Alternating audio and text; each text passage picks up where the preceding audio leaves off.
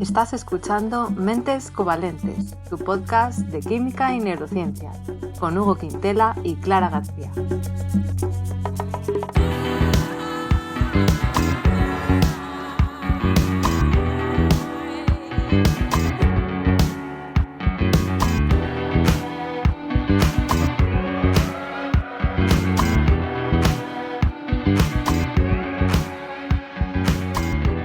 Bienvenidos a un episodio muy especial, nuestro episodio 50. Hugo, ¿cómo te sientes con este episodio? Nubilado, no tengo palabras, la verdad. Estoy más nervioso que nunca. Pero tengo la ilusión del primer día, claro. Eso es importante, eso es lo más importante. Y para celebrarlo queríamos hacer un formato un poco diferente. Ya sabéis que en este podcast pues normalmente somos Hugo y yo charlando y a veces entrevistamos a un invitado, pero hoy queríamos hacer una tertulia. Así que oficialmente nos convertimos en tertulianos, Hugo, hoy. Sí, como La Sexta Noche o Tómbola. Por ejemplo. Para los que entiendan las referencias.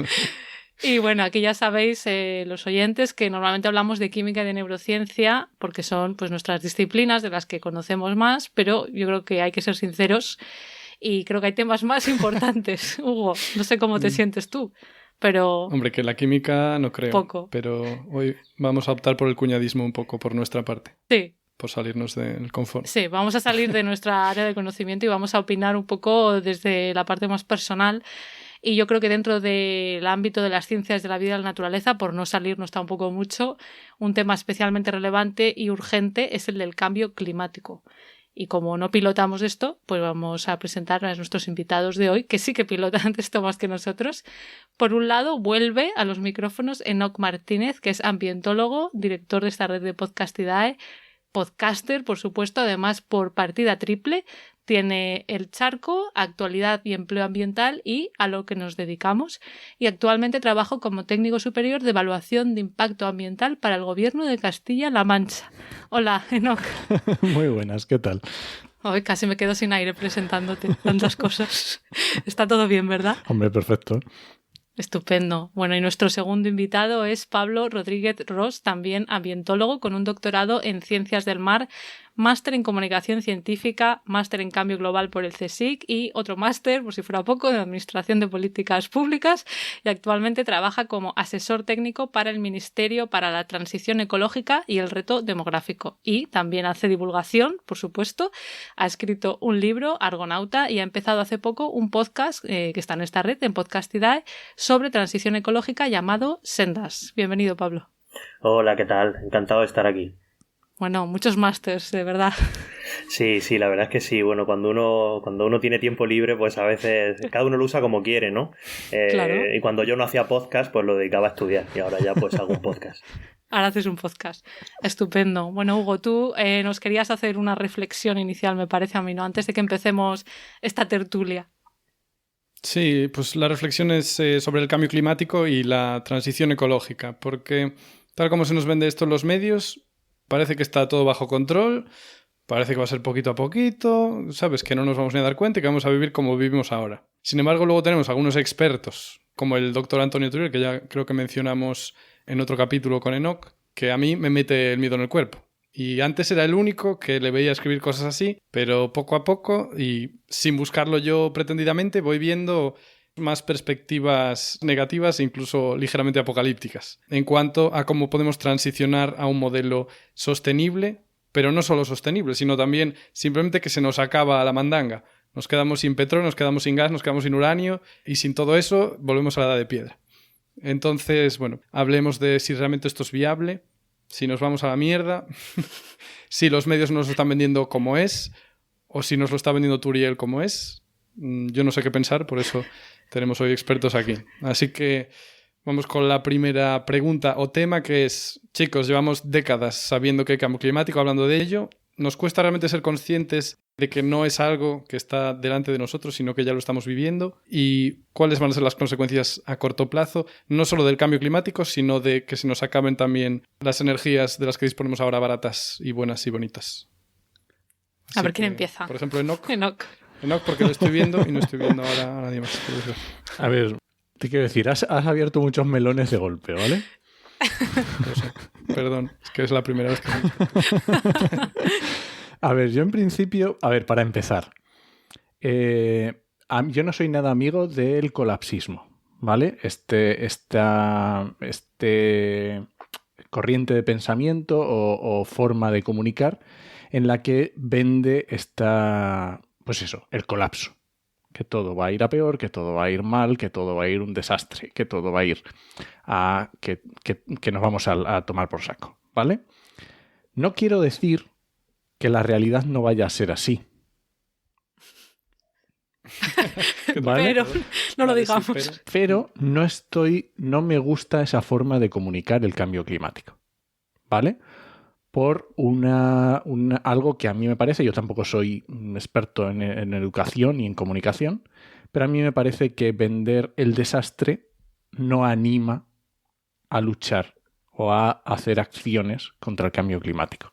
Y eso es lo principal por lo que a mí no me gusta esa forma de decirlo, ¿vale?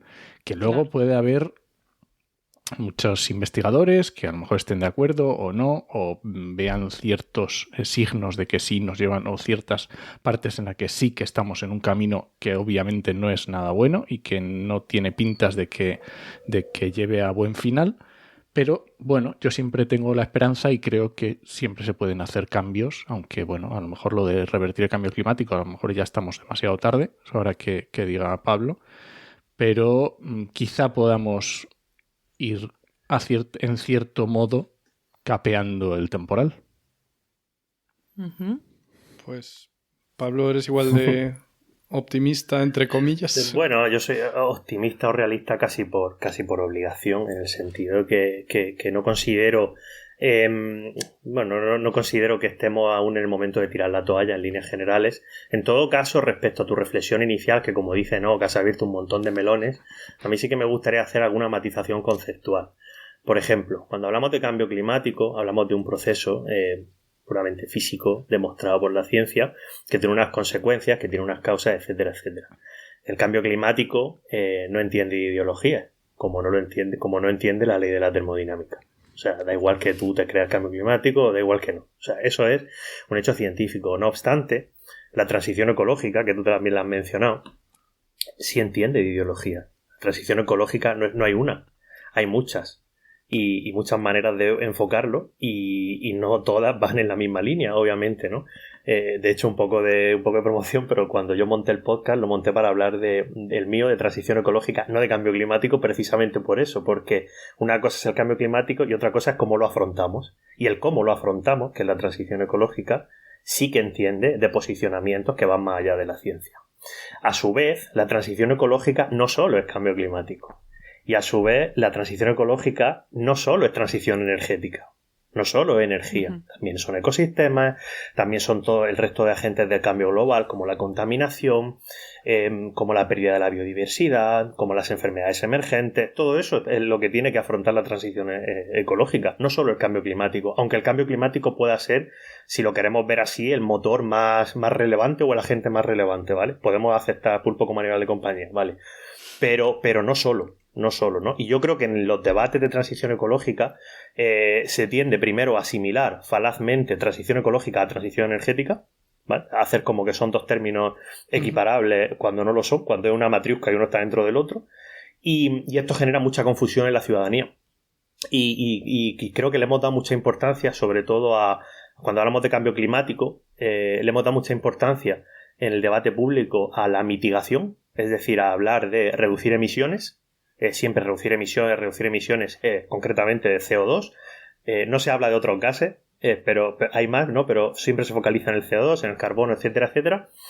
Pero no se le ha dado tanta importancia, por ejemplo, a la adaptación al cambio climático, que es una de las tres patas del Acuerdo de París. El Acuerdo de París habla de adaptación, mitigación y resiliencia.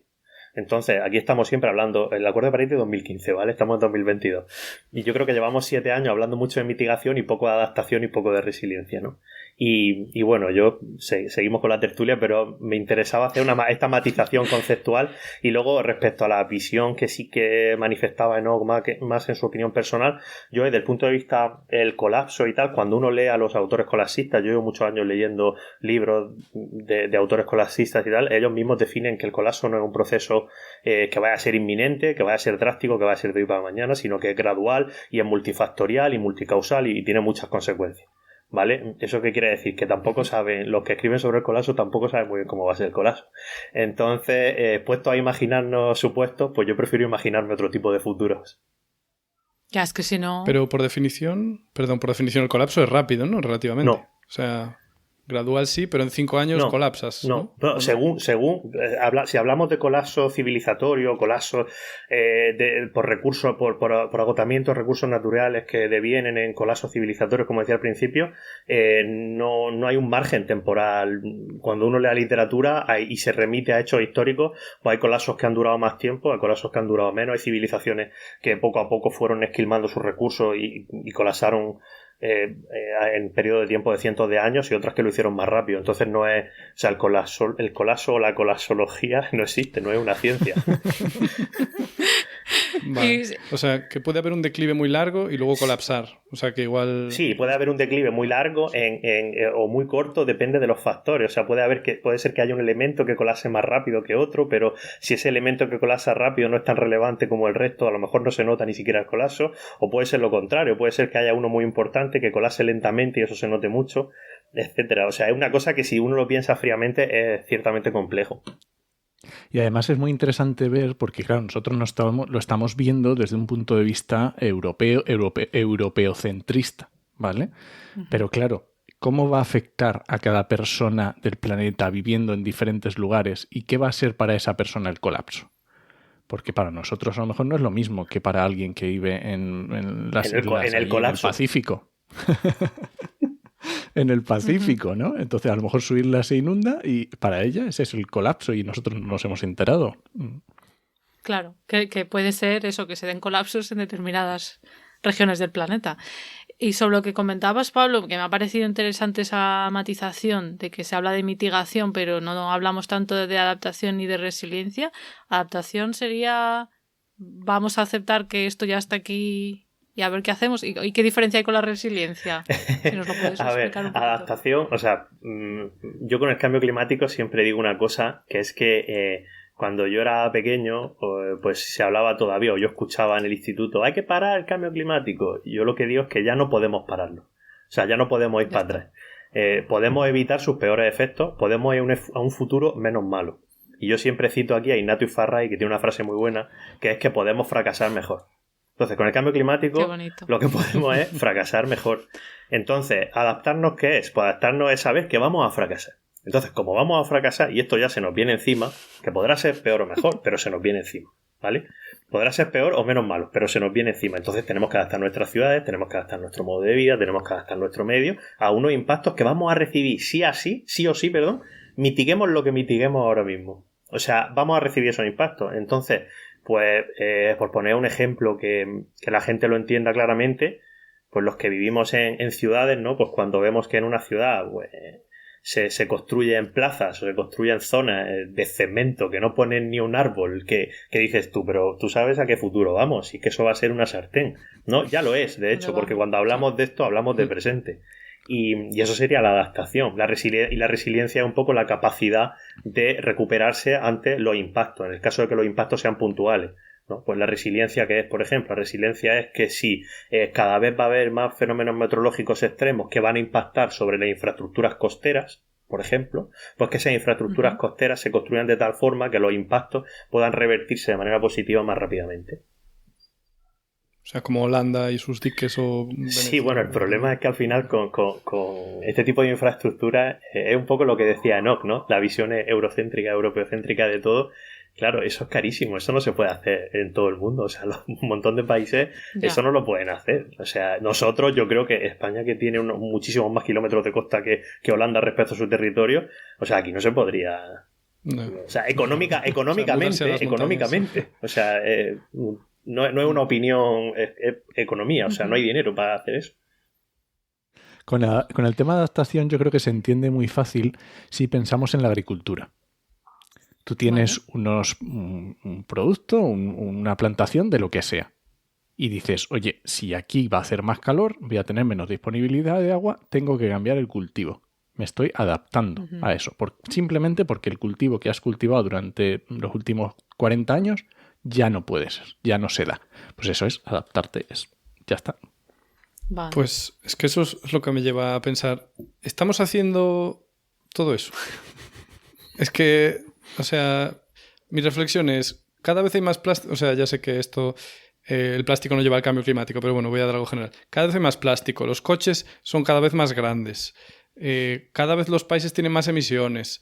Yo no creo que la gente esté cambiando su modo de vida o veo que se hace poquísimo para mitigar esto, para adaptarse. Lo que estás diciendo ahora de los campos, en España que se hace, oye, pues hacemos un trasvaso de la leche para que en la región que ahora se está quedando más seca que tal, sigan teniendo agua. Seguimos haciendo campos de golf donde no cuadra. Yo qué sé, lo que está pasando con el Mar Menor. De nuevo estamos con una visión un tanto, ahora igual españocentrista, pero madre mía, yo es que no veo para nada que estemos haciendo cosas de peso. Veo que se van haciendo cosas, pero yo no sé qué. Enoch, ¿estás de acuerdo? A ver, al final estamos en una cámara de eco y vemos, depende de dónde te quieras fijar, si ves mucho colapsismo, pues va a haber mucho colapsismo. Obviamente se están... Pero no es colapsismo, yo solo critico que se está... A mí me parece que se está haciendo fatal. No digo tu posición, no digo que tu posición sea colapsista. No, pero vamos a ver, ¿se están haciendo cosas? Sí. ¿Se están haciendo a un ritmo mucho menor del que se debería? Por supuesto. ¿Que también hay sectores que se están adaptando mejor que otros? Pues también. El otro día entrevistamos además este no ha salido todavía. Entrevistamos en Actualidad Empleoambiental a Verónica Sanz hablando de temas de economía sostenible y nos decía que las inversiones ya se están adaptando a esto. Ya están viendo el medio ambiente como un riesgo que incorporar a su cartera de ver en qué valores se invierte. Eso es una adaptación, ¿vale? A lo mejor es... Pero eso no se hacía antes. En plan, nadie va a invertir en un sitio que hay terremotos cada 15 días, ¿no? A ver, te puedo buscar los datos de inversiones del Santander y del Banco BBVA en combustibles fósiles, pero ya te digo yo que son disparatados, ¿vale? Y estamos en 2022. Quiero decir, no... que hay de todo, ¿vale? En la viña. ¿Aún son disparatados a día de hoy? O sea, ves los datos de 2021 y son vergonzosos. O sea, vergonzosos. Porque eso me entra en contradicción con que se invierte. O sea, yo creo que se está invirtiendo mucho menos, por ejemplo, en encontrar pozos petrolíferos y de gas. O sea, que ya desde mediados de los 2010, bueno, incluso antes, que se está invirtiendo muchísimo menos las petrolíferas. O eso dice el señor Turiel y acólitos. Eres muy fan de ese señor, ¿no, Hugo? Parece ser. Sí. No sé, yo de todas maneras pienso, Hugo, que a lo mejor, no sé tú, pero yo creo que puede ser que no todos seamos conscientes de las cosas que están haciendo, porque a lo mejor proyectos que no llegan a los medios generalistas, pues al final tú y yo pues no somos conscientes, pero que no significa que no se esté haciendo nada, ¿no? Entiendo. Pero bueno. Pues que nos iluminen ahora Pablo, quizá. A ver si nos Sí, hombre, yo respecto al colapsismo, ya que volvéis, y respecto a Antonio Turiel, Antonio y yo somos amigos porque yo hice el doctorado en el mismo pasillo que Antonio. O sea, bueno, él era investigador, él era investigador y yo hacía mi doctorado y en el mismo departamento y tal, y nosotros hemos hablado un montón y tal, y sí que hemos debatido a veces, tenemos ciertas discrepancias, pero yo tengo una relación bastante cordial con él y le respeto mucho en lo personal y en lo intelectual respecto a la investigación que yo he visto que hacía en el centro. Yo, como esto es una tertulia, lanzo una reflexión en base a las intervenciones que habéis hecho vosotros tres. Y es que decir, no se está haciendo lo suficiente. Entonces, es muy fácil decir, no se está haciendo lo suficiente y a su vez ha habido mencionando, sin daros cuenta seguramente, cosas distintas. Por ejemplo, Enoch ha hablado bastante del tema de las empresas, o grandes empresas, ¿no? No se está haciendo suficiente a las empresas. Al principio tú lo has focalizado a nosotros como ciudadanos, no cambiamos nuestros hábitos, y como no cambiamos nuestros hábitos lo suficiente, no estamos haciendo lo suficiente. Clara también, y bueno, y los tres en general lo habéis llevado también un poco al tema político, al tema de las administraciones, ¿no? Y la pregunta es, ¿quién tiene que hacer esto? Es decir, Ya. Los estados. pues siento Sobre decirte todo que el los IPCC estados. discrepa contigo.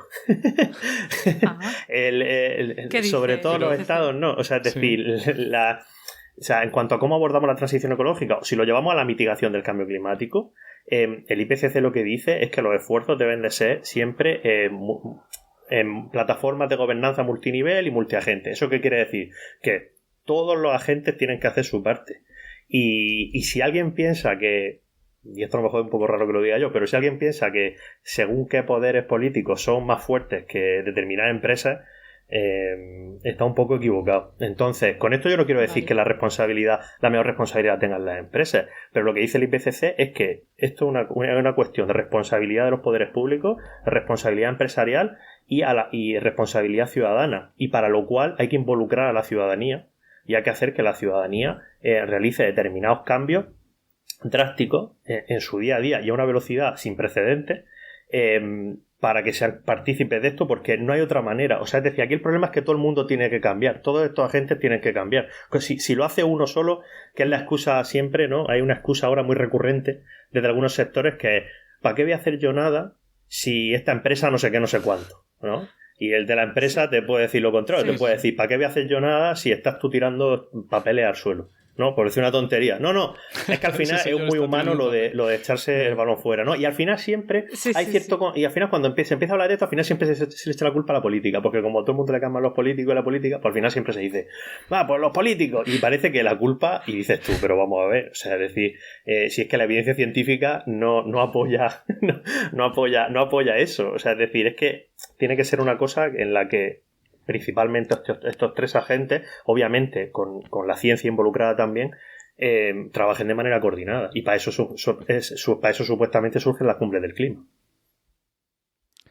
Una cosa, yo estoy totalmente de acuerdo con lo que dices. Quiero matizar que yo me refería a los estados, que si los estados no obligan a las empresas y a la gente, claro, esto se va al tacho. Porque a las empresas les interesa hacer dinero y es más barato hacer ciertas cosas que otras. Sí. Por eso me refería a que los estados son los que tienen que presionar. Y sí, pero los estados también los ponemos nosotros. Quiero decir, ya. Es que claro... Bueno, según aquí sí, bueno, pero los pone. O sea, es decir, que también es una cuestión... Y luego no todos los estados tienen la misma fuerza. Pero bueno, sí, que hable Nock y luego os cuento yo mi experiencia en la cumbre del clima de Madrid, si queréis.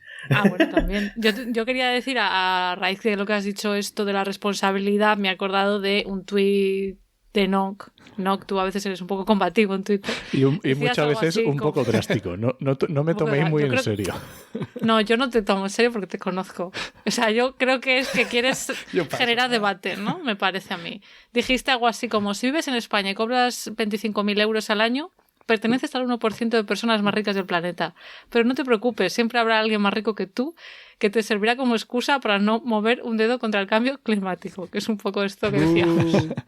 ¿Qué querías tú aquí remover? ¿Qué querías decir? A ver, tomemos con pinzas esas cifras, ¿vale?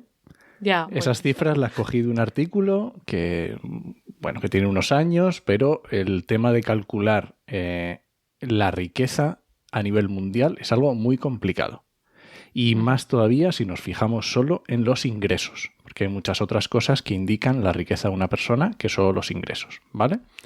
Pero aún así, si quitamos todo eso, yo defiendo que en nuestra posición eurocentrista, españocentrista, como se quiera decir, dentro de eso somos de la parte rica del planeta, ¿vale? Y somos los que más poder, si nos comparamos con alguien que vive en otras partes del planeta, nuestras acciones diarias pueden tener un impacto mayor sobre el cambio climático que las de otras personas.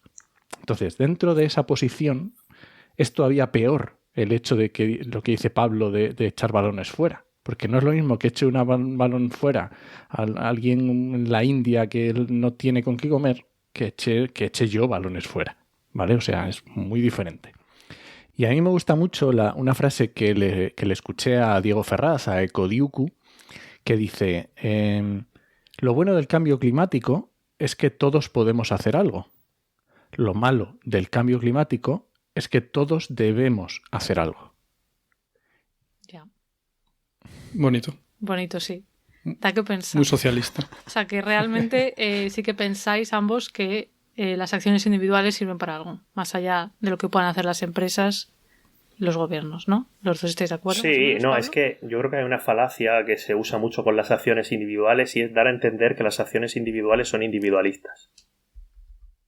Y esto... Sí, o sea, dar a entender que una acción individual, por ejemplo, es como una acción que se queda en el vacío y que contabiliza solo eso, eliminando de la ecuación que las acciones individuales pueden replicarse, pueden servir como ejemplo y pueden magnificarse muchísimo. Es decir, por ejemplo, voy a decir una tontería, pero si Leo Messi mañana dice he vendido todos mis coches, pues numéricamente es una acción individual. Ahora bien, yo creo que lo mismo eso tiene una repercusión que no es individualista, sino que mucha gente puede coger ese ejemplo, ¿no? Entonces, hay muchas falacias de dar a entender que las acciones individuales, ¿no? Y básicamente un pensamiento, como lo diría, un pensamiento individualista también, ¿no? De que hay muchas corrientes en el mundo que intentan hacernos ver que somos entes aislados, que no nos relacionamos, que no vivimos en sociedad y por lo tanto, pues una opción, alguien que haga algo, pues eso se queda ahí en el limbo y vale para eso solo, no es mentira. Todos sabemos que el poder del ejemplo también es muy poderoso. No solo es eso, obviamente nadie puede decir que solo con acción individual esto se va a solucionar, pero sí que es verdad que las acciones individuales se las machaca mucho con esta falacia que básicamente, bajo mi punto de vista, y esta es mi opinión personal, es un argumento puramente ideológico. Uh-huh.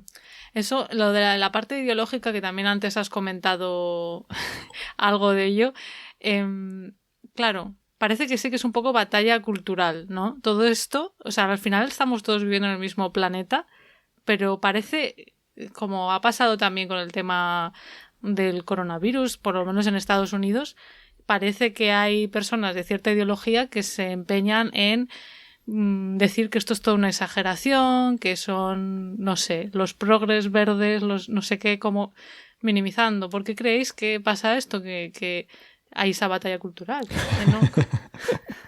¿No? A ver, también hay que tener en cuenta que estas batallas culturales cambian de país en país, ¿vale? Uh-huh. Nosotros lo vemos desde la parte española, la parte de aquí, tradicionalmente los partidos políticos más del ala conservadora o de derechas han sido, vamos a decir, retardistas, ¿vale? Cuando no abiertamente negacionistas, ¿vale?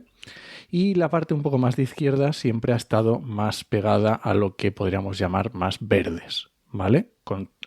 Ninguna sorpresa, ¿no? Por otra parte. Bueno, esto ya va también por territorios, dependiendo de los partidos, unos son más afines, otros no se meten, otros no se mojan, pero bueno, más o menos podemos hacernos esa idea. Pero no siempre se replica esto en todos los países, ¿vale? Vale. ¿Hay algún país que realmente, por ejemplo, la derecha o los conservadores sean más ecologistas o más... Sí, no sé. Reino Unido. Ah, amigo, mira dónde vivo yo. Ah, sí. Por supuesto. Reino Unido hizo la primera ley de cambio climático en Europa. La primera ministra, bueno, la que era ministra, bueno, allí son los State Secretary, no sé cómo se llaman, ¿no? Pero la equivalente a la ministra de Medio Ambiente de Reino Unido, que hizo aquella ley, ella decía que no había nada más conservador que querer conservar el medio ambiente. Fue una ley que luego fue muy replicada, y esto estamos hablando de principios de los 2000, finales de los 90. Reino Unido entendió muy bien que la izquierda se equivocaba en una cosa, que era asumir que solo la izquierda se preocupa por el medio ambiente, cuando la realidad es que la gente conservadora también se preocupa por el medio ambiente y por la conservación de los ecosistemas, etcétera, pero se preocupa de una manera diferente. Eso no significa que no sea válida, eso no significa que no se preocupen, sino se preocupan de manera diferente. Y esto pasa... ¿Diferente cómo? Diferente, pues ellos valoran... la preocupación ambiental en el ciudadano normal es puramente subjetiva, o sea, en la mayor parte de los casos, ¿no? ¿Por qué te preocupa a ti la naturaleza? Pues cada uno te puede dar... ¿Te preocupa a ti la conservación? Pues cada uno te dará unas razones, ¿no? Sí que se sabe, y hay libros escritos de pensamiento conservador verde, por decirlo de alguna manera. De hecho, Roger Scruton es uno de los mayores pensadores y sus libros son muy leídos. Y bueno, aquí, por ejemplo, en España el libro se lo ha prologado Santiago Abascal. Y hablan de cómo los conservadores... Sí, no, pero yo leo esas cosas. Haces bien. Sí, o sea, no digo que no, tengo que entenderlo, me ¿no? un poco de credibilidad. No, pero por ejemplo, los conservadores valoran mucho el aspecto paisajístico, la conservación, la nostalgia de los paisajes de su infancia. ¿vale? Por ejemplo, ellos muchas veces les preocupa el medio ambiente, pero no por los valores inherentes a la naturaleza o por la biodiversidad, sino porque le evoca a un pasado, que un pasado, por supuesto, era mejor, porque para eso son conservadores.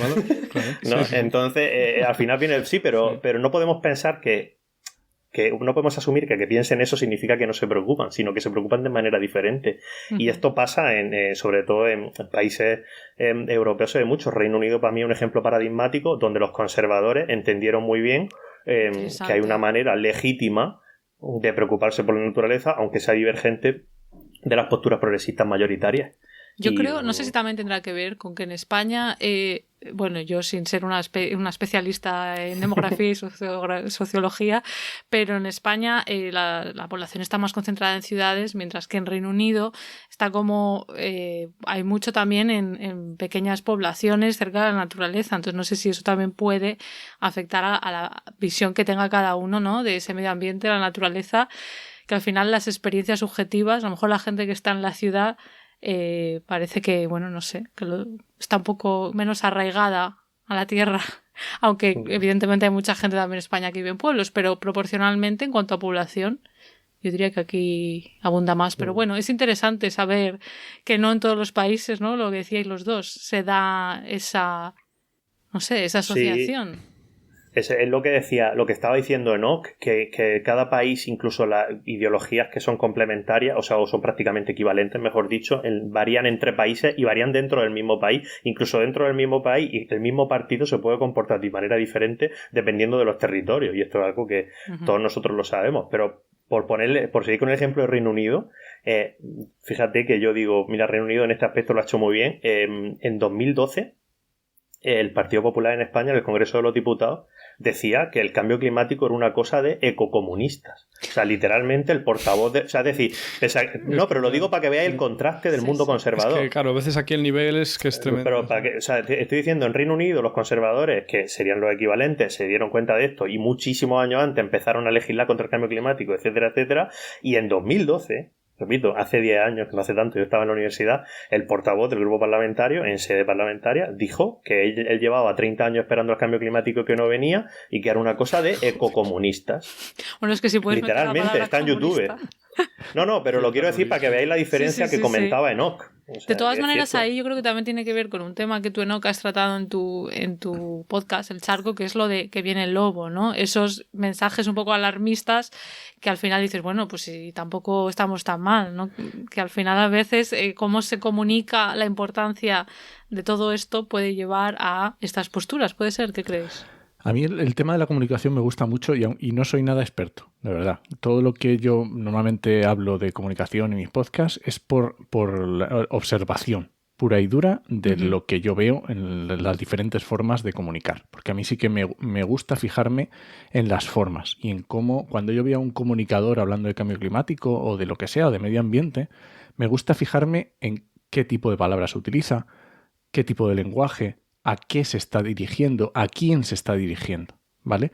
Y eso es lo que a veces yo no me gusta a mí de esto de que viene el lobo, porque que viene el lobo es lo que decía Pablo. Llevamos 30 años oyendo y no llega. Bueno, a lo mejor es que no te has dado cuenta o a lo mejor es que, claro, a lo mejor es que estás mirando para otro lado. No quiero... Creo que este verano la gente en Madrid se ha quejado, ¿no?, de que hacía más calor.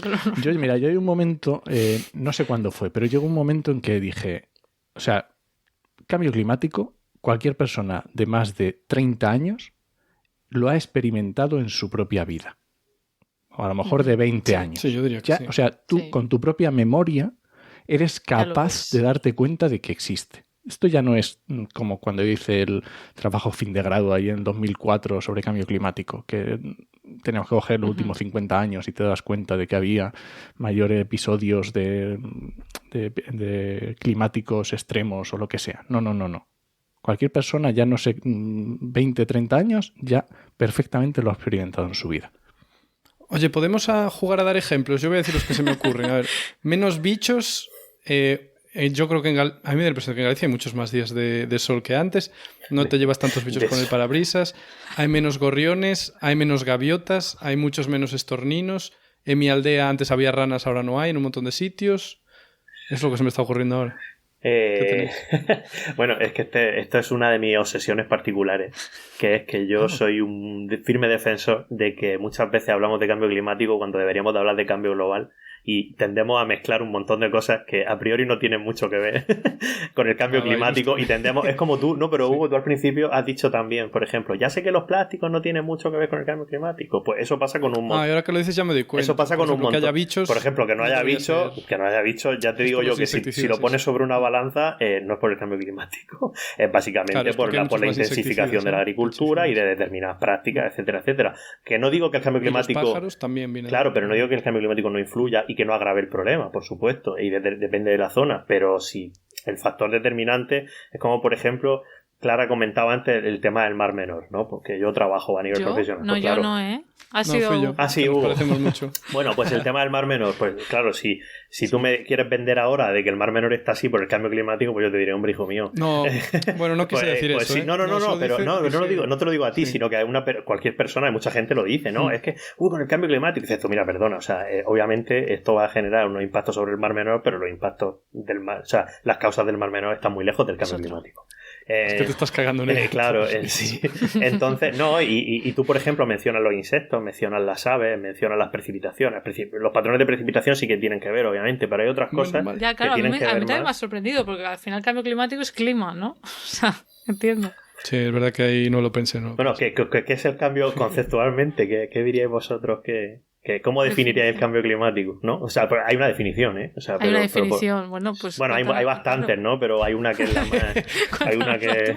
¿Los quieres dejar mal? Yo diría pues que es un cambio en el patrón del clima, supongo que mirándolo en un periodo de tiempo, ¿no? Porque el clima al final, pues de un año a otro va variando.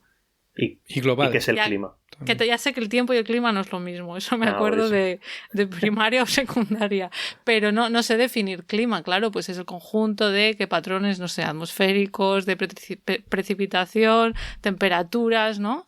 A lo largo de un tiempo en un territorio, entiendo.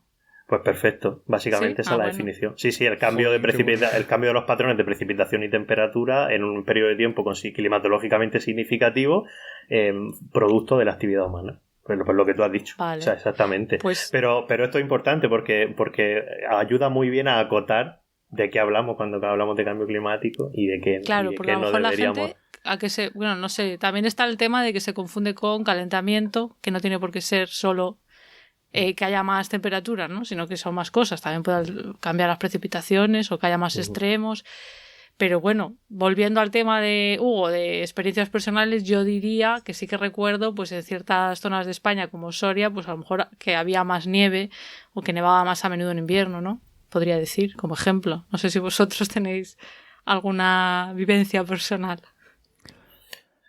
Bueno, realmente yo es que he vivido en muchos sitios a lo largo de mi vida y entonces ha ido cambiando el clima en el que estoy. Pero yo sí que he notado, sobre todo yo creo que lo que más se nota son los episodios extremos, tanto de calor como de lluvia. Yo creo que ahí es donde más, yo echando la memoria hacia atrás, es donde más lo noto. Vale. Sí, yo diría que también. Yo soy de Cartagena, del sureste de la península ibérica, en la región de Murcia. Siempre he vivido en varios sitios, pero siempre, por lo general, la mayor parte del tiempo en la costa mediterránea. Y claro, los impactos del cambio climático es que son súper diferenciados dependiendo de los territorios, ¿no? Y yo coincido un poco con lo que dice Nock. Yo lo que sí que he notado ha sido, por ejemplo, mucho más calor, o sea, muchas más olas de calor y mucho más intensas de cuando era más pequeño. Eso sí que yo lo he notado. Y, por ejemplo, yo uso... Mira, esto nunca lo he contado en ningún sitio, pero yo nací el 1 de noviembre, y esto no tendrá significancia científica, pero yo nací el 1 de noviembre, ¿no? Y, claro, yo tengo fotos de mi cumpleaños desde que yo nací, ¿no? Y además, hasta los 17 años viví en la misma casa. Entonces, claro, la misma casa, sin calefacción, sin nada. Y claro, y se ve la ropa de la gente. Y es súper curioso porque yo me fijé, y esto fue hace poco, viendo fotos de decir, hostia, cuando yo tenía 1 año o 2 años, sale la gente, pero abrigada claro, aquí hay muchas variables, ¿no? A lo mejor los tejidos modernos abrigan más, etcétera, etcétera, ¿no? Pero a mí siempre me hace gracia que es como un indicador, ¿no? Que yo he llegado a pasar cumpleaños míos, esto sí es verdad, en manga corta, y yo no recordaba haber vivido un cumpleaños mío en manga corta, hasta que hace 2 años o 3 sí que uno lo viví en manga corta en el mismo sitio. O sea que, No sé, O sea, que parece sí una que lo tontería, habéis pero ahí No, sí que no, me... es interesante. Y ahora ya una cosa así un poco diferente. Quería preguntaros una película que vi hace poco que me pareció curiosa, por lo menos. ¿Sabéis si la habéis visto? Don't Look Up o No mires arriba. ¿La habéis visto? Pablo afirma con la cabeza. Enoch, ¿tú la has visto? Yo la dejé a Tú medias. no. No te gustó nada. Claro, como sois anti que No, viene el lobo, Pablo, claro. Dale, dale.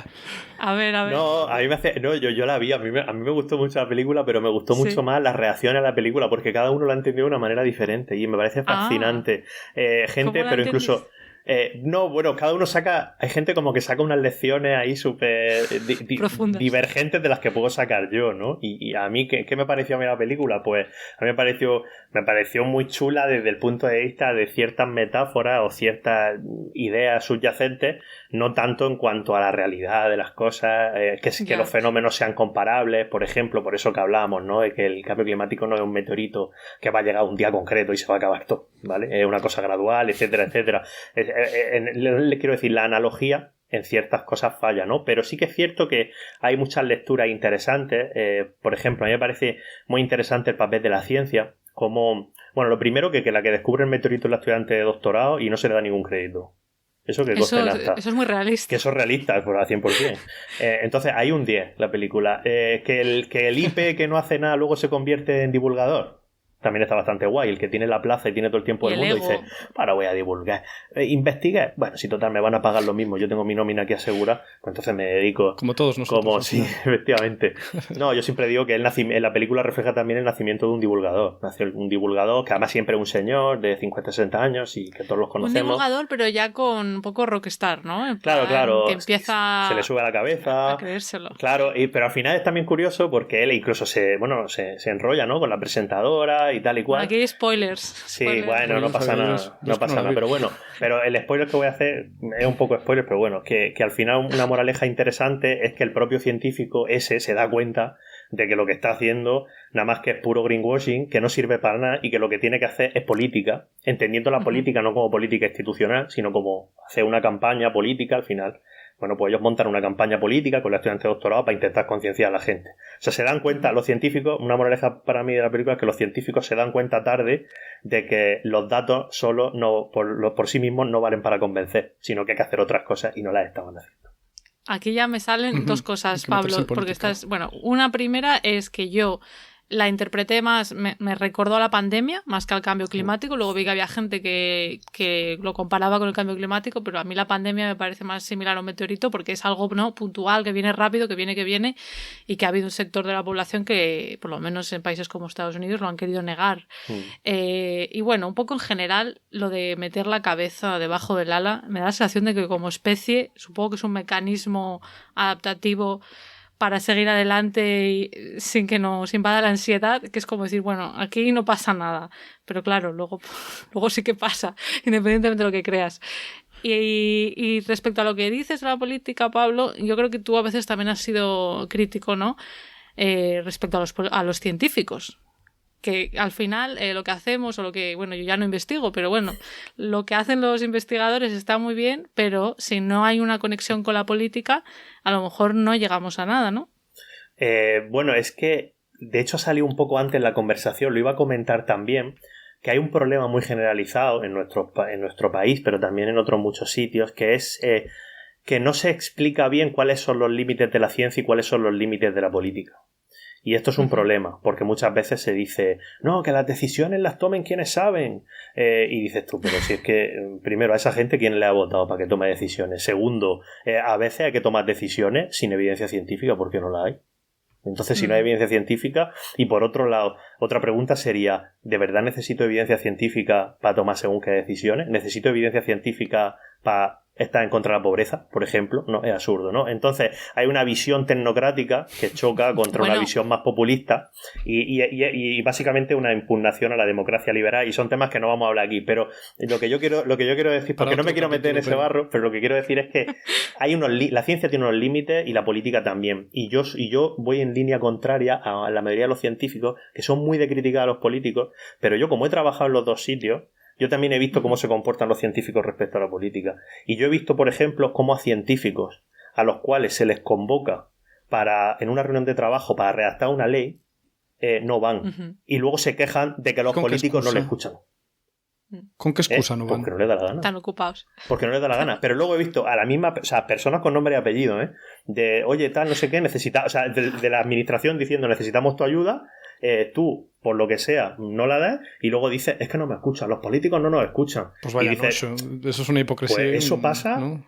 De todas maneras, luego... Así. Así. Así. Bueno, Ay, está Jesús. haciendo gesto con la mano, Sí, que en sí. España significa Sí, que pasa mucho. muchísimo. O sea, y Ese gesto lo tengo que explicar. yo reconozco que es un problema, yo reconozco que es un problema bidireccional, que también pasa lo contrario, pero que parece aquí que los científicos y las científicas son seres de luz, que no se les escuche, no sé qué, no sé cuánto, y son los personas. científicos mojarse, Pues a mí me gusta endulzarlos, meterse la en el verdad. barro y dar ayuda y dar una mano cuando la tienen que dar. Pero a ver, tela. Pablo, no puede ser, por ponerme en el otro lado, no puede ser, y aquí no te pregunto porque no lo sé, que no haya una profesionalización en España de ese asesor científico, porque yo sé que en Reino Unido hay Science Policy y gente que está metido, que son científicos y están ahí. En España, yo me acuerdo de cuando se creó lo del Parlamento, ¿no? ¿Cómo se llamaba? Ciencia en el Parlamento. Ciencia en el Parlamento. Ciencia en el Parlamento, y yo en su día me presenté como voluntaria, pero tú te tenías que pagar el transporte, yo viviendo fuera, que al final no me cogieron, pero es que, o sea, era como algo que hacías tú de manera totalmente altruista y en tu tiempo libre y con tu dinero. No sé, en el caso de esta persona con nombre y apellido, si era el caso o no, pero que a lo mejor la clave está en crear, no sé, profesionalizarlo o qué. Claro, o sea, como comentaba, tanto la ciencia como la política tienen sus límites y hay gente, y yo he tenido la oportunidad de hacerlo y sigo haciéndolo, de trabajar precisamente en ese límite. Bueno, pero el problema es que hay poquísimos perfiles, como tú dices, así, que obviamente no está profesionalizado y que tienes que tener la suerte de que quien esté por encima tuya crea en que las cosas deben de hacerse así o no. Tanto en el sector científico como en la administración o la política. Entonces, claro, al no existir esa figura o ese tipo de profesión, pues es súper complicado. Y eso al final tiene repercusiones sobre la propia democracia, como lo hemos visto con el coronavirus. Con el coronavirus, todas las controversias que hubo con los expertos, los no expertos, las decisiones, las no decisiones. Independientemente de lo que pasase en realidad, ahí lo que había es una ausencia de profesionales que estén ahí en medio que digan, bueno, y ojo, ponte en medio, porque ¿quién ha sido un profesional que estaba en medio de eso? Fernando Simón. Ponte en medio, sí. A ver qué bien te lo pases, porque te caen por todos lados. Y muchos científicos de los comités de asesoramiento del coronavirus tuvieron que pedir por escrito que no se hicieran públicos sus nombres por el acoso mediático. O sea, también defiendo a los científicos, que yo entiendo que no quieran dar el paso, pero es que según qué temas son duros. De todas, me parece interesante lo que dices y quería puntualizar una cosa que has dicho antes de que no todo tiene que ser ciencia, ¿no? Y que para luchar contra la pobreza no hace falta que esté demostrado científicamente nada, pero quizás la ciencia sí que nos puede ayudar a encontrar las herramientas específicas que funcionan, ¿no? Yo creo. Claro, que la ciencia no es la solución de todo, pero sí que nos puede ayudar. O sea, se confunden muchas veces. Aquí hay una diferenciación entre lo que son los valores morales, ¿no? Y cómo afrontamos o cómo tomamos partido respecto a nuestros valores morales, que cada uno tiene los suyos. Y otra cosa es la política orientada en la evidencia, ¿no? Entonces, pues obviamente sí, si yo quiero perseguir ese valor moral, como puede ser erradicar la pobreza, pues necesito a la ciencia para que me dé las mejores herramientas y me ayude a tomar las mejores decisiones. Pero yo no necesito esa evidencia para estar moralmente en contra de eso, ¿no? Sí. Y con el cambio climático pasa un poco también, que para mucha gente es una cuestión moral y para otra gente no. Entonces, ¿cómo afronta algo? Bueno, es una cuestión de supervivencia, ¿no? Sí. No, ¿tú qué crees? Es muy, muy interesante lo que comentaba antes Pablo al hilo de esto, y es el tema de la democracia y la toma de decisiones, ¿vale? A nosotros que somos, a Pablo y yo, que somos ambientólogos, en la carrera nos habla mucho del tema de la sostenibilidad, que tiene 3 patas, que es el medio ambiente, la economía y la sociedad, ¿vale? Y eso quiere decir que las decisiones hay que tomarlas en un contexto, ¿vale? Y un científico, cuando hace ciencia, está sacando a la luz una verdad, vamos a decirlo, aunque no pueda tener sus límites, ¿vale? Pero es un hecho. Luego, con ese hecho, tenemos que decidir cómo lo afrontamos dependiendo de la economía, porque vivimos en un mundo de recursos finitos, y de cómo es la sociedad. Esos cambios que vamos a hacer, cómo van a repercutir en la gente. Y La mejor forma que tenemos hasta ahora, la menos mala, de conseguir eso es a través de la democracia. Entonces, si tenemos a unos políticos que todos hemos puesto y confiamos en su forma de tomar las decisiones, es precisamente por eso, porque el problema está, pero hay muchas formas de abordarlo dentro del contexto y de las limitaciones que tenemos. Bien, pues perfecto. Lo interesante es tomar esas acciones y la ciencia nos ha dicho esto, bien, vamos a intentar solucionarlo. Habrá más formas de solucionarlo, pero ver cómo lo hacemos. Metiéndome en esa rendija que abres, en cuanto a esas medidas que podemos tomar, la pregunta ¿es la transición ecológica posible sin que cambiemos radicalmente nuestro estilo de vida?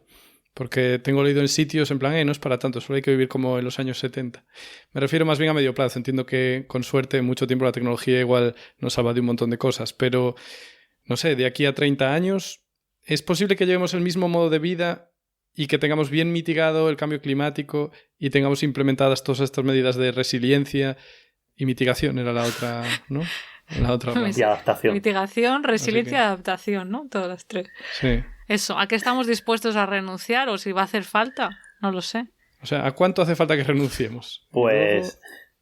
Sí. Sí, ¿no? Pues ligando lo que decíamos con lo que acaba, con la brecha que aprovechas tú, ¿no? Claro, has mencionado la tecnología, ¿no? Y hay una reflexión que hay que hacer, es que hay cosas, yo siempre lo explico así, hay cosas que científicamente son posibles, técnica o tecnológicamente pueden ser viables incluso, y eso no las hace automáticamente socialmente deseables. ¡Ey! A la vez. ¿Vale? Sí, no, y esto lo digo porque de ahí, para mí los postulados tecnócratas de que hablen los expertos, que los expertos decidan, son súper infantiloides porque, como bien dice Enoch, anulan las otras partes de la sociedad, que vivimos en una sociedad, que hay una economía, o sea, es decir, es como una vaca esférica en el vacío, ¿no? Esto que hace, la broma que se hace mucho con los físicos.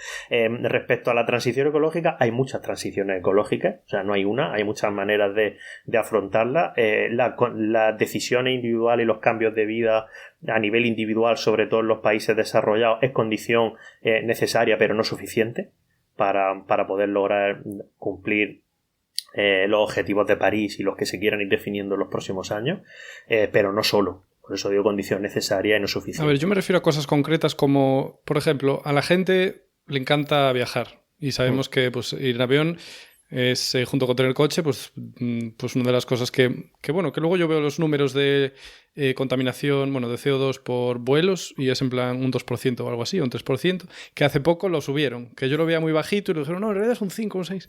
Pero bueno, según parece, esto tiene una huella de carbono muy bestia, también utilizar el coche, todo el uso de plástico que tenemos, que de nuevo no es cambio climático, pero también es cargarnos el medio. Entonces, ¿creéis que con los caminos que estamos siguiendo vamos a seguir haciendo esto de aquí a 20 años? Y si seguimos haciéndolo, ¿no lo estamos liando demasiado? No lo sé, es que es complicado. Es que es complicado y también entra otro factor importante y es lo que decíamos de los países, de nosotros, nuestra capacidad de adaptarnos, ¿vale? No es la misma capacidad que tenemos nosotros, los cuatro que estamos aquí hablando de adaptarnos, que tienen en otros países. Entonces, tú me dices que a lo mejor la situación va mucho peor, pero aquí en España tampoco es que haya habido un cambio, un vuelco brutal de nuestra forma de vida. Pues a lo mejor, no lo sé, porque esto es sacar la bola de cristal. Pero a lo mejor hay gente que lo está pasando tremendamente mal y su vida ha pasado a ser un desastre. Entonces, claro, cuando hablamos desde la posición nuestra, que tenemos muchas herramientas y tenemos muchas posibilidades de adaptarnos, de mudarnos, de comprarnos un coche eléctrico, de, no sé, de cierto tipo de cosas, pues claro, es que, ¿cómo valoras eso? Uh-huh. Ya que dices lo del coche eléctrico, yo veo mucho que el coche eléctrico se vende como una solución y bueno, ya sabéis que tenemos de dónde sacas esa energía, después de dónde sacas el litio, la manufactura del coche eléctrico, ¿acaso no sería mejor a lo mejor seguir con un diésel durante 30 años que comprarte un coche eléctrico? ¿Tenemos suficiente litio para hacer coches eléctricos para todos? Bueno. No sé si tiene que cambiar mucho el modelo, o sea, ¿no tendremos que pasar de ser propietarios todos de un coche? O sea, yo me pregunto si es viable por eso este modelo. Y claro, entiendo, un país que ya no está consumiendo casi nada, ¿no? Como son muchos países pobres, mira, es que esta gente a lo mejor tiene un consumo de CO2 que es un 1% del que tenemos nosotros. Ellos, pues claro que no van a poder hacer mucho, pero también moralmente, que además es a los que más les puede repercutir el cambio climático que estamos creando, pues igual moralmente sí que deberíamos hacer algo, porque ya llevamos perjudicándoles a lo mejor los últimos 50 años en el sentido de contaminar y también enviarles basura. Todo. Sí, en fin, que parece que hay muchas soluciones y yo no sé si realmente son tan... A ver, las soluciones, que para mí más que soluciones son decisiones que se deben tomar.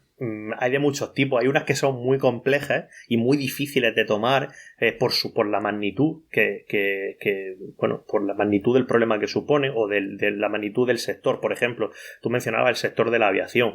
Bueno, pues si se le quiere meter la mano a la aviación, claro, en el mundo jijiji jajalandia pues puede ser fácil, pero ¿qué haces con los aeropuertos, con toda la gente que trabaja en los aeropuertos, con la gente que se lo necesita para desplazarse? O sea, no es tan trivial por decirlo de alguna manera, el decir, bueno, me cargo todo esto, ¿no? Pues a lo mejor hay sitios en los que hay que empezar poco a poco, ¿vale? Pero y luego hay otras cosas que son muy simples de hacer y que se pueden hacer y no hacemos porque, como hablábamos al principio, nos gusta echarle la culpa al otro y no hacerle. Y yo, por ejemplo, ahora se acaba el tema del coche eléctrico. Yo os cuento un poco mi situación y mi situación pues obviamente no es extrapolable, pero yo creo que la decisión que yo he tomado mucha gente podría tomarla. Yo no tengo coche, ni eléctrico ni diésel, no tengo coche de ningún tipo. Yo vivo en Palma, en Mallorca, y yo soy de una cooperativa de coches eléctricos, ¿vale? Que se llama Ecoche. Y entonces hay 5 coches eléctricos en la ciudad, ¿vale? Que son de la cooperativa y tú cuando necesitas el coche lo reservas con una app, pagas, creo que son 3 o 4 euros la hora que usa el coche y luego lo dejas en su sitio cargando y ya está. Eso no tiene cuota mensual, tú pagas 100 euros una vez y ya está, y ya pertenece a la cooperativa. Y el día que te canses de la cooperativa te vas y te devuelven los 100 euros. O sea, yo creo que económicamente no se me ocurre nada más barato. Yo no tengo coche, no me tengo que preocupar de reparación, de seguro, de absolutamente nada. Ahora bien, ¿por qué digo esto? Yo vivo en una ciudad. Y obviamente esto no es extrapolable a gente que viva en zonas rurales, etcétera, etcétera. Pero, vale, acepto eso. Pero, ¿y por qué la gente de la ciudad no está haciendo este tipo de cosas? Claro, pero ¿cuánto tiempo han tenido las administraciones para impulsar? Pero las administraciones, pero ya es meterse... Sí, pero fíjate, con este ejemplo es un poco meterse un montón en la vida privada de la gente. O sea, que la administración se meta hasta qué tipo de coche tenga. No. Yo digo fomentar estas iniciativas, que lleguen a la gente, dar ayuda a una empresa. Sí, o quitar plazas de parking y que en las ciudades pues se puedan andar por la acera. Yo ahora que tengo a mi hijo pequeño, yo ahora que paseo un carrito, o sea, te vuelves loco paseando un carrito porque dices, hostia, es que no hay sitio en la acera y hay aquí 4 coches en fila y yo tengo que ir aquí con el carrito esquivando farolas, ¿no? Eso parece una tontería, pero y esto sirve para ilustrar un poco la gobernanza multinivel que hablaba antes. O sea, es decir, hay unas cosas que son competencia del Estado, otras que son de las comunidades autónomas y otras que son de los propios municipios.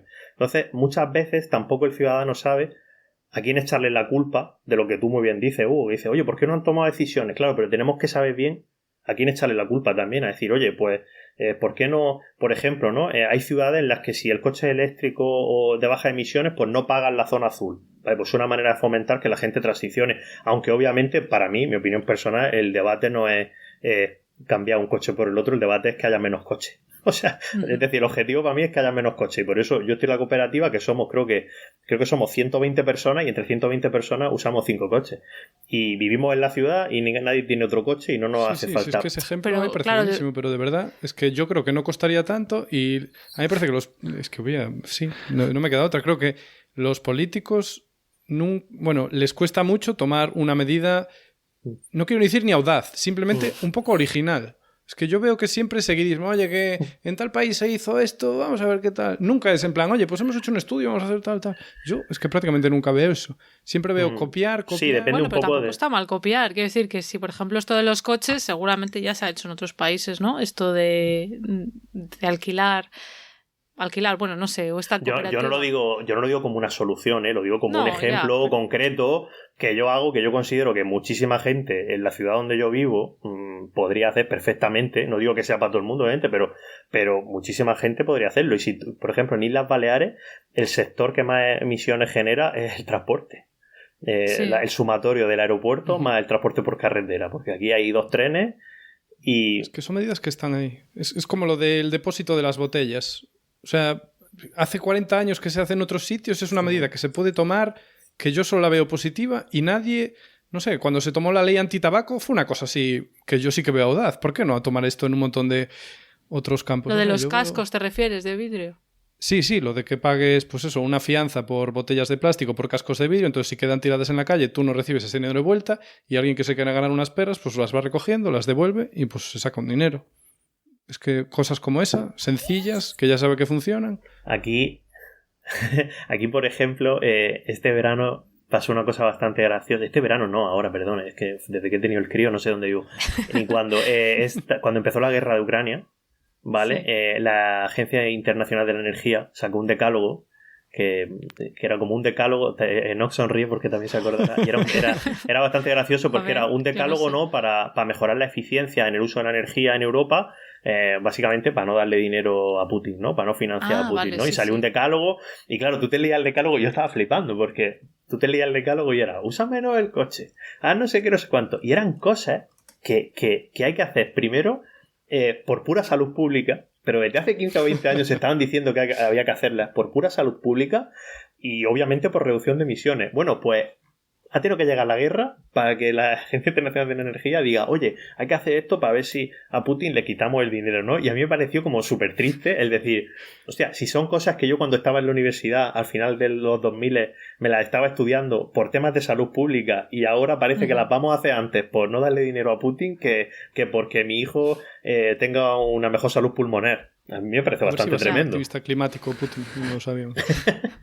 No, totalmente. Que tampoco... No, es que son cosas que como son tan a largo plazo, yo creo que la gente no es tan consciente, ¿no? de ello, de lo que supone para la salud. Bueno, pues yo solo digo, con esto de cambiar el estilo de vida, ¿realmente sabemos qué medidas son las que nos pueden llevar a... bueno, que evitan más... o minimizan más, no sé qué palabra usar porque ya tengo que ir con este plan. ¿Sabemos, te refieres avance a la población o sabemos como... A ver, como gente y... O sea, ¿creéis que la gente lo sabe y vosotros creéis que lo sabéis? Y si creéis que lo sabéis, ¿por qué creéis que lo sabéis? Uy. O sea, a mí me parece que hay como... yo creo que hay un poco de confusión, ¿eh? O sea, yo creo que los mensajes no son claros. Que a todos nos suenan... Mira, yo recuerdo de pequeña lo típico del cole de que hay que reciclar y me parece que no hemos salido de ahí. Claro, para cambio climático reciclar... Que no reciclar, depende, ¿no? Que bueno, que es separar claro. Residuos. Pero y luego es el rollo de, oye, que la bolsa de plástico en realidad tiene una huella de carbono pequeñísima porque mira que es eficiente la industria del petróleo. La industria del petróleo es lo más eficiente que hay de industrias. Es la mejor industria que hay. Yo como químico orgánico, los plásticos, guay, pero claro, con sentidillo. A ver.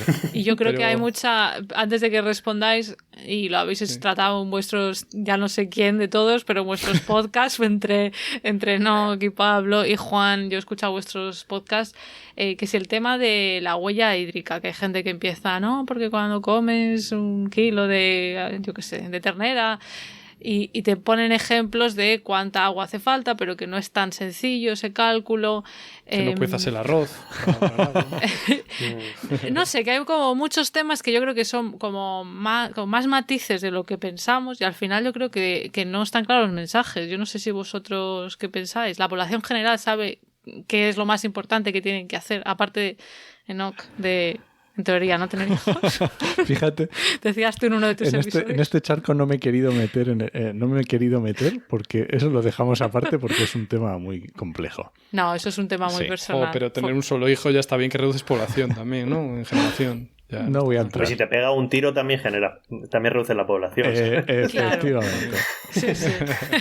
Bueno, yo creo que, mira, hay... De lo más grande a lo más pequeño. Yo creo que hay algo... No voy a entrar en cosas concretas porque yo creo que sí que es verdad que hay que los mensajes hay muchos sitios que no se están dando bien y que no se explica del todo bien, ¿vale? Pero yo siempre digo que hay 2 cosas que son muy importantes. Como acciones individuales, ¿vale? De que cada uno puede hacer. Una es cada 4 años o cada X años cuando votas.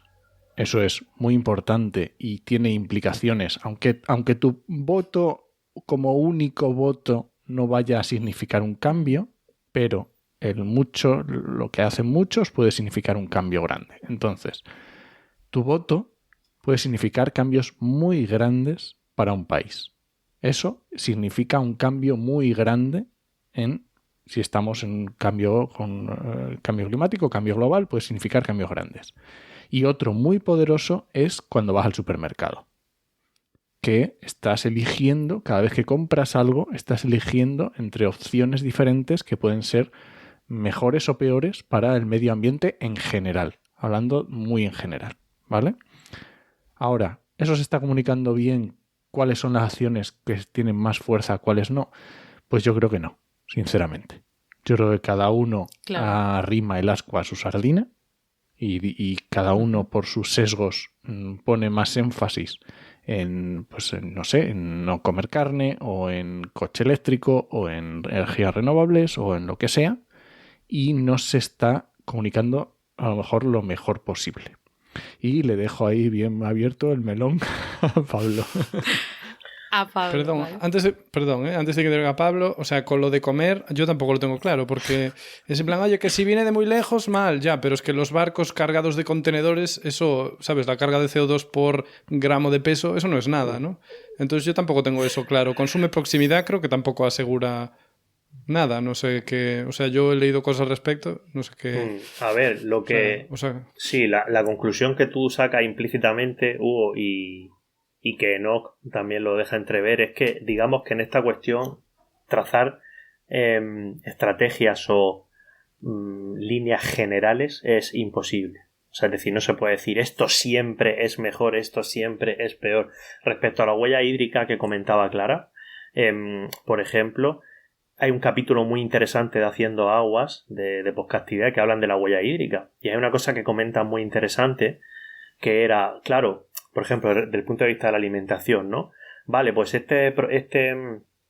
un chuletón de ternera que siempre se dice, pues consume más agua que comerte 1 kilo de arroz, etcétera, etcétera. Vale, pero claro, también un aspecto muy interesante con el agua es de dónde viene ese agua. Porque, por ejemplo, si una vaca está consumiendo agua de una cuenca rica en recursos hídricos, pues hombre, pues sí que está consumiendo más agua si quieres, pero ¿qué impacto está teniendo ese consumo de agua? Estoy focalizando solo en el agua, sobre el medio ambiente, pues a lo mejor bastante pequeño.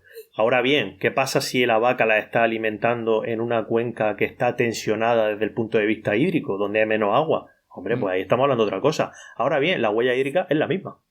O sea, en cuanto a gramos de agua, claro, es la misma. Ahora bien, ¿de dónde viene ese agua? Claro, el agua no es un bien, no es como los gases de efecto invernadero o sea, no es lo mismo, ¿no? Entonces es bastante complicado. Y yo, respecto a lo que comentaba Enoch de las acciones individuales y tal, yo siempre digo una cosa. Digo, lo mínimo que se puede hacer si uno quiere afrontar el cambio climático, lo mínimo es que tú es votar a gente que se lo tome en serio. Me da igual a quién sea. Lo mínimo es que con tu voto, eso es lo mínimo. O sea, decías que si no hace eso, o sea, yo con gente que ya digo, mira, no te preocupes, cambio climático, ya está, porque eso es lo mínimo que puede hacer. Lo mínimo que puede hacer es... Si no votas bien, o gente, o directamente que ni votan. O sea, es decir, es que eso es lo mínimo que se puede hacer. O sea, y luego hay aspectos... hay que leerse bien los programas. Sí, yo no digo a quién, cada uno que vote... Pero si tú te preocupas el cambio climático, pues no votes a un partido que niega el cambio climático, que aquí se está votando un partido que niega el cambio climático 15 o 20 años. Entonces, quiero decir... entonces, o sea, no sé, es como que es lo mínimo, ¿no? Y luego lo máximo, ya dejo un rango entre medias de cosas que se pueden hacer, lo máximo para mí es... militar desde el punto de vista no político, sino no político institucional o en un partido político, o si alguien quiere, yo no milito en ningún partido político, pero si alguien quiere que milite, pero militar desde el punto de vista de asociarse con la gente, de afrontar los problemas de manera común. Por ejemplo, la tontería esta de ejemplo que yo os ponía del coche, pues para mí es una forma de asociarse para afrontar este problema. Entonces, esos son el tipo de cosas. Ahora bien, soy consciente de que ese tipo de cosas requieren de un tiempo que mucha gente no tiene por sus condiciones laborales y sus condiciones materiales de vida, de a lo mejor un background intelectual pues, que no todo el mundo tiene, etcétera, etcétera. O sea, todo tiene sus limitaciones, pero eso sería para mí como lo máximo, ¿no? En plan, cuando... Es muy complejo, pero es complejísimo. Porque además luego están los mensajes de marketing que llevan a engaño, de eco... que luego a lo mejor piensas que por comprar tal marca, yo qué sé, de lo que sea, tanto de comida, de productos ecológicos o de, yo qué sé, cosmética, crees que con eso estás haciendo algo. Entonces, buah, y como decís, tampoco hay mensajes súper claros de esto siempre es mejor. Entonces, a lo mejor, lo mejor entiendo que sería una educación, bueno, para que seamos capaces de tomar esas decisiones dependiendo de las circunstancias, de dónde vivamos, de nuestras preferencias, pero claro, ahí tienes que tener lo que dice Pablo, tiempo, interés, ser capaz de entender esa información. Quizás los medios tradicionales, Pablo, ¿tú sí, qué crees? pero ahí hay un matiz que hace falta educación. Siempre hace falta educación, pero la educación es el comodín. Sí. Siempre. Para todo, para todos los problemas del mundo. Ay, no, todo. es que esto es la educación, no. ¿Qué pasa? Que como bien dices, ¿vale? Hay gente que a lo mejor no tiene un nivel cultural elevado, etcétera, etcétera. ¿Vale? Pues para esa gente existe una cosa maravillosa que se llama las leyes. Entonces, sí. claro, o sea, las leyes son para todo el mundo, efectivamente, pero eso es para todo el mundo. O sea, es decir, hay que hacer las dos cosas. O sea, hay que educar, está claro, pero también hay que poner límites y también hay que decir, oye, por aquí no, y eso sí que es verdad que son las administraciones, los estados, los poderes públicos los que tienen que hacerlo, evitando que las empresas caigan en lo que tú estás comentando, ¿no? En el greenwashing y en este tipo de prácticas que están a la orden del día, pero no solo... Es que el greenwashing ya está llegando a empresas que no son ni green, que yo a veces alucino que digo yo, madre mía, nunca me había planteado ni yo que esta empresa pudiera preocuparse por el medio ambiente y ahora se está preocupando por el medio ambiente, ¿no? Preocupando, bueno, dicen, entre comillas, ¿eh? Entre comillas. Sí, claro, no, ahí por descontado. Yo me he centrado en esta parte desde el punto de vista de las acciones individuales. Evidentemente, una regulación de todo eso es importante. No querías. Mira, yo creo que hay lo que decía Pablo, ¿no? De ese rango de cosas que puedes hacer entre lo mínimo y lo máximo que puedes dedicar tu vida a ese problema, ¿no? Pero yo creo que hay algo que las personas pueden hacer y que es sencillo, ¿vale? Que es acciones en el sentido de consumismo. Consumismo. Era lo que quería yo traer. Ser menos consumista. Eso funciona siempre. O sea, el consumismo, consumir menos, funciona siempre. Siempre va a ser mejor para el cambio climático. ¿Vale? Entonces. Volvernos minimalistas. Es sencillo. Tampoco. Cuando tú vas a comprar algo, preguntártelo, ¿lo necesito o no lo necesito? Ya está, no tiene más. El hecho pero si colapsa la economía. Porque yo es lo que pienso. Eso es verdad. Yo a veces lo pienso, de verdad. Digo, la gente consumirá mucho. Si todo el mundo consumiera como yo, ¿qué pasaría? ¿Consumo menos que la media? ¿Consumo pero más? Depende... Por ejemplo, la ropa, es que depende, ¿no? Claro. Yo estaba pensando en estas aplicaciones o mercadillos de comprar ropa de segunda mano, que alguien ya la ha usado, que es como, bueno, pues está bien, pero luego es verdad que si todo el mundo hiciera eso, bueno, pues a lo mejor este sector, no lo sé. Yo es lo que decía al principio con las tendencias. O sea, cada vez somos más consumistas, cada vez cambiamos el móvil más rápido, eso, cada vez coches más grandes, pero cada vez podemos reparar menos, ¿no? O sea, cada vez es todo más de usar y tirar. Y de nuevo, las empresas son como leviatanes. O sea, o les pones al Estado a que les controle algo, las empresas van a maximizar su beneficio, no importa... ¿Qué tal? Por eso... Sí, que a lo mejor tienes un electrodoméstico o cualquier cosa que se te estropea y ya no existe esa pieza, ¿no? Claro, y si el Estado no le mete mano a esa empresa para que ofrezca recambios, para que ponga que sea fácil reparar, etcétera, pasa lo que... Pues la tendencia que estamos viendo. La empresa se va dando cuenta, oye, pues mira, si no le pongo una batería extraíble, me ahorro tal. Si le bloqueo todo esto y le quito la garantía si lo tocas... Y no están haciendo casi nada, vamos, porque sí que veo que ahora hay alguna iniciativa, pero... ¿Cuánto tardan? ¿Sabes? Es como... Ya, al final se resume en lo que decía Pablo. Vota. Como mínimo. Para que esas leyes las haga alguien, ¿vale? Y el tema de consume tu parte, hazla también. Intenta consumir menos, intenta consumir mejor. Y ya está. El tema de productos de proximidad, ya que has hablado antes del supermercado, ¿eso más o menos como regla general puede venir bien para decir, venga, voy a comprar esta fruta, o tampoco es tan importante? Es difícil, ¿eh? Depende mucho de los productos. Es muy complicado hacer una regla general. O sea, que hacer aquí un máster, ¿no? Es que de verdad, en serio, o sea, yo realmente ahora digo, venga, voy a mejorar y realmente, aparte de consumir menos... Otra cosa que puedes hacer, que esto yo creo que sí que es muy obvio, es consumir menos carne. Yo no te voy a decir eso sí lo tengo claro. Yo no te voy a decir que seas vegano ni nada de eso, pero a lo mejor no hace falta consumir carne todos los días, que eso es algo que en España, en las últimas décadas, se ha hecho y no era parte de la dieta española. ¿Vale? Ya, entonces hay un crescendo, bueno, por la bonanza económica y por todo lo que queramos decir. Pero ya está, es un gesto muy sencillo y que tiene un gran impacto. Bien, pues perfecto. Pero luego Y viene eso- el presidente y dice, yo, donde se ponga, un Un buen chuletón. chuletón. Venga, Bueno, esto tío. voy a hacer aquí un inciso a nuestros oyentes queridos de Latinoamérica. Todo también viene porque hace unos meses hubo una polémica en España porque bueno, pues alguien dijo que mejor era reducir el consumo de carne y se le echó... Un ministro. Bueno, un ministro, no alguien cualquiera. Alberto Garzón, y se echó muchísimos políticos, ¿no? Ahí, bueno, avalancha, y mucha gente pues hizo, pues ya ves tú qué buenos argumentos, pues poner fotos de su chuletón en Twitter y decir que ellos iban a seguir comiendo su chuletón, ¿no? Ese es el nivel. Sí, es que eso es lo fácil. O sea, es lo que decía Enoch. O sea, al final, yo creo que cuando se habla de este tipo de cosas, la gente es muy binaria de unos y ceros y entonces se lo lleva todo al extremo, ¿no? Entonces, si a ti te dicen, porque lo que dijo ese ministro fue literalmente, habló de reducir, no habló de eliminar, punto 1. Punto 2, no criticó a la agricultura, a la ganadería, sino a un tipo concreto de ganadería. O sea, eso es lo que dijo y punto. Y entonces esas declaraciones del ministro son totalmente acordes a la ciencia y punto. Vale, dicho esto, ¿qué es lo que pasa? Que claro, ya pues entra el juego político de la gente esta del club de los triglicéridos, de subir las fotos de los chuletones, etcétera, etcétera, y la tontería de estos nos quieren prohibir no sé qué, no sé cuántos, cuando en verdad nadie, absolutamente nadie ha dicho eso.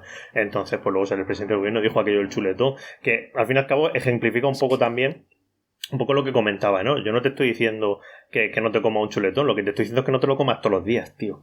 Entonces, ese es un poco el matiz que hay que darle a la gente, ¿no? Y ni siquiera... Bueno, y aparte por salud, pero es lo mismo de antes. Si es que por salud ya te viene bien. Que José Luis, que tiene el colesterol altísimo y estás poniendo fotos de chuletones en Twitter. José Luis, tómate un plato de verduras y cállate un poco. Pero...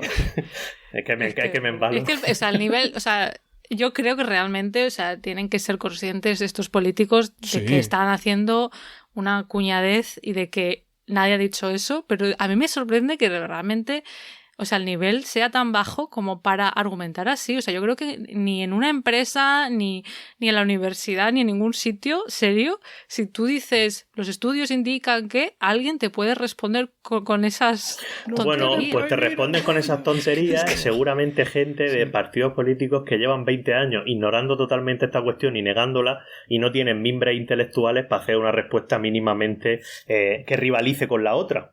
O sea, es decir, porque Pues yo Claro. creo que por efectivamente. votos, por engañar a la gente que nos informa y que piensen que realmente te lo quieren prohibir, porque si repites pero que podrían tener... Es que además prohibir, es que a mí lo que me alucina es que de decir que la ciencia sugiere que esto es mejor, tú vengas a decir que me lo quieren prohibir. O sea, vamos a ver. No, y lo mismo con... Lo que pasa es que también fue torpe porque dijo que exportaba a España carne de pobre calidad.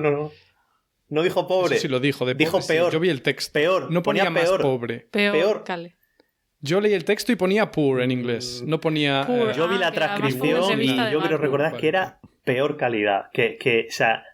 Yo es que oí lo de peor, pero yo leí el texto. Bueno, y aún así, pobre, sea lo que fuera, fue una cosa mucho más matizable que te vamos a prohibir comerte una hamburguesa que te has comprado esta mañana en la carnicería de tu barrio. Digo, el jamón que se puede encontrar en Reino Unido, que viene de España, el que yo puedo ver en los supermercados, realmente es de mucha peor calidad que el que puedes encontrar en España.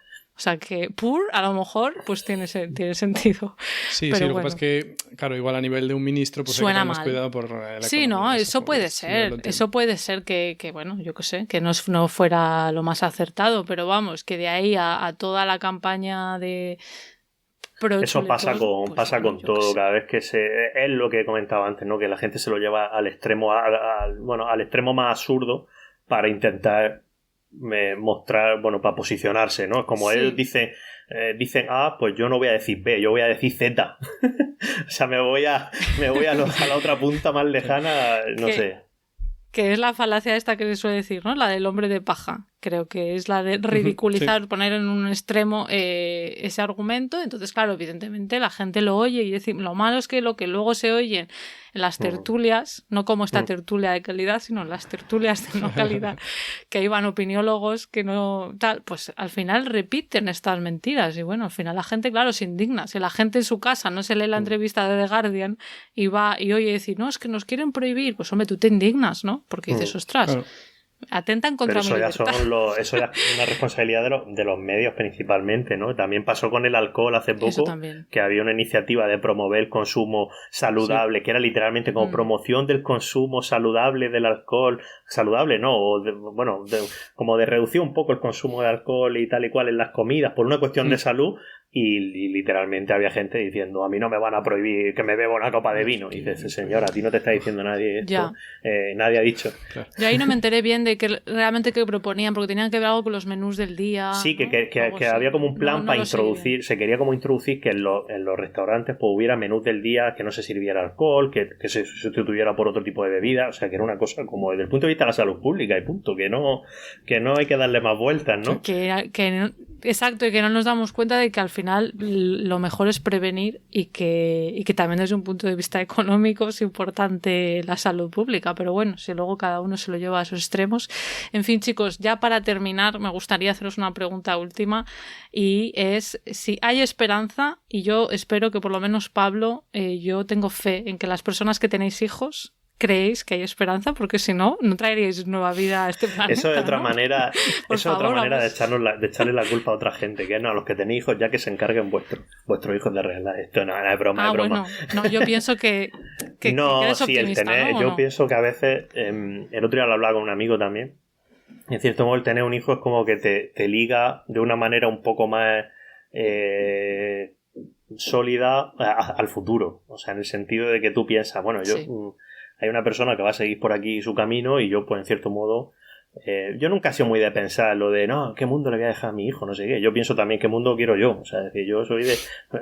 pero, claro, no, yo pensaba, yo que quiero, es que esto está aquí encima ya. Yo no, o sea, ya ha llegado un punto que no es qué mundo le voy a dejar a mi hijo, sino en qué mundo quiero vivir yo, quiero jubilarme también. Pero sí, el hecho de tener un hijo, pues sí que te da, más que te da esperanza, más que esperanza, te da motivación a la hora de hacer según qué cosas, a la hora de tomar según qué decisiones, ¿no? Es como un aliciente que a mí, pues por ejemplo, me hace ver muchos aspectos relacionados con el cambio climático de otra manera, o por ejemplo, cómo se vive en las ciudades, ¿no? Pues yo ahora voy por la ciudad y pienso mucho en plan, hostia, este ambiente para un niño que poco me gusta, porque las aceras, como os comentaba antes, pues son muy estrechas, en las calles ya casi no se puede jugar, porque antes se jugaba en la calle, ahora hay 800 coches en calles de un carril, todo este tipo de cosas, ¿no? De que es un poco nostálgico, en cierto modo también, de decir, yo cuando era pequeño podía hacer cosas que mi hijo no podrá hacer, ¿no? Pues ¿qué puedo hacer para que las haga? Así que yo sí que tengo esperanza por la cuenta que trae. Muy bonito, perfecto. ¿Y tú, Enoch? No, yo también soy optimista. Yo, sinceramente, soy muy optimista y confío mucho en la resiliencia del ser humano. Confío mucho en que realmente somos capaces de adaptarnos a situaciones completamente variopintas y indiferentes y raras, ¿vale? Entonces, que a lo mejor no es el mejor futuro que nos podemos imaginar, pues a lo mejor no. Que también es muy probable que cuanto más cerca veamos el problema se tomen medidas más drásticas a nivel de las que le gustan a Hugo, de gubernamentales y que obligatorias, vamos a decir. Eso o el caos. Creo que también va a pasar. Y igual que hace poco ha salido lo de los coches de combustión, prohibición a partir de 2035, pues yo creo que cada vez va a haber más, cuando más cerca estemos de este tipo de circunstancias. Y yo sí que soy optimista. Yo creo que cada acción cuenta y que tenemos que estar todos ahí haciendo. Perfecto. Me gusta que seas optimista. Yo también soy optimista, pero porque yo soy optimista en general. Bueno, por defecto sale el optimismo. Yo creo también lo que decís. Y también, aparte de lo que decís, que es un poco lo que dice Enoch, me recuerda cuando uno estudia a última hora, ya cuando tiene el examen, ¿no? Pues que a veces procrastinamos, pero cuando ya se viene, al final hacemos un empujón extra y confío mucho en las nuevas generaciones, en la generación Z y en las que vienen, que creo que están más mentalizados y que, no sé, creo que el nivel de debate, por lo menos de los políticos de las próximas generaciones, yo espero que sea mejor. Así que también acabo con esa nota positiva. Y ahora, Hugo... por favor, Hugo, no nos decepciones. Yo, la verdad, yo no sé qué creer. Soy como... Utilizo la palabra agnóstico en este sentido siempre. En plan, puede ser, puede que no.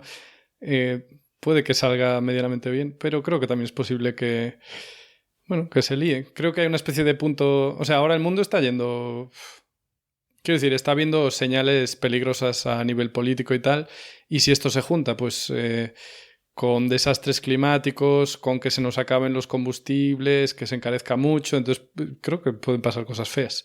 Pero puede que no también, como yo no sé qué va a pasar con eso. No tenemos la bola de cristal. Claro. Y quería dejar una reflexión con lo del consumismo, que creo que era un lema de la madre de Chicote, que era compra como un rico y cuida como un pobre. Que me parece muy bonito. Oh. En cuanto a comprar y cuidar cosas. Y cuidar lo que ya tenemos. Sí, o sea, comprar de compra buena calidad. calidad y cuídala. Cuídalo para todo. Estupendo. No sé si serás más feliz, pero...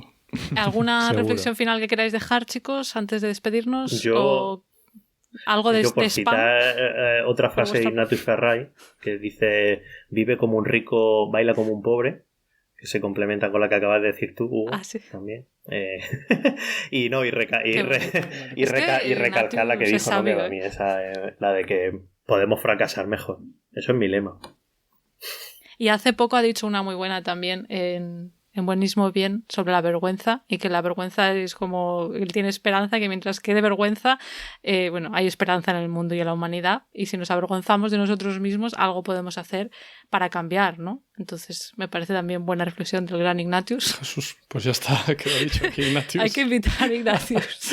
Nuestro No, público. Hay que hacerlo presidente. Y ya está. Ya está. Yo le voto. Sí. Chicos, decirnos dónde os puede encontrar la gente en redes, vuestros podcasts. También si quieres volver a hacer promoción de tu libro, Pablo. O libros, ¿tienes dos?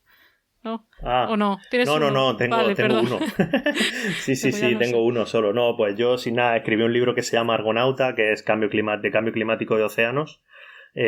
Argonauta, peripecias modernas entre los océanos y el cambio climático. Y luego tengo un podcast que he empezado hace poco, que grabo cuando mi hijo duerme por las noches, que se llama Sendas y que está también en ¿Y Podcastidad. en Twitter estás también activo? En ¿Bastante? Twitter sí, Pablo RROS, Pablo Ros, con Estupendo. dos R's. ¿Y tú, Enoch, Sí. qué spam nos das de calidad? Pues yo os diría que os fuerais a Podcastidad, podcastidad.com, y escucharéis los podcasts ahí. Seguramente algunos sería mío, pero si no, tampoco pasa nada, que los hay muy buenos. Así que es muy interesante. Y en redes yo soy siempre EnochMM, ENOCHMM. Estupendo. Pues muchísimas gracias, chicos. Ha sido súper interesante, así que gracias a los dos. Muchas gracias. Muchas gracias, jóvenes. Estupendo, ya los oyentes. Bueno, aprovechamos para anunciaros que este es el último episodio de la temporada. Cerramos el chiringuito en verano, como viene siendo de costumbre, pero volveremos en septiembre. Hugo, yo creo que nos merecemos unas vacaciones. Sí, ¿Estás de dejadnos acuerdo? vivir, por favor. Y bueno, como siempre, las notas con las redes de Enoch y de Pablo y sus podcasts, respectivos podcasts, van a estar en la web de Podcastidae, que es la red de podcast a la que pertenecemos, como ya ha dicho Enoch. La página es podcastidae.com, y si queréis apoyarnos, pues podéis dar al botón de suscribirse dentro de vuestro reproductor preferido, darle a me gusta, dejarnos comentarios que intentamos responder, y para estar al tanto de todas las novedades podéis seguirnos en redes. En Twitter estamos como @cobalmentes y en Instagram y Facebook como Mentes Covalentes. Hasta septiembre. Adiós.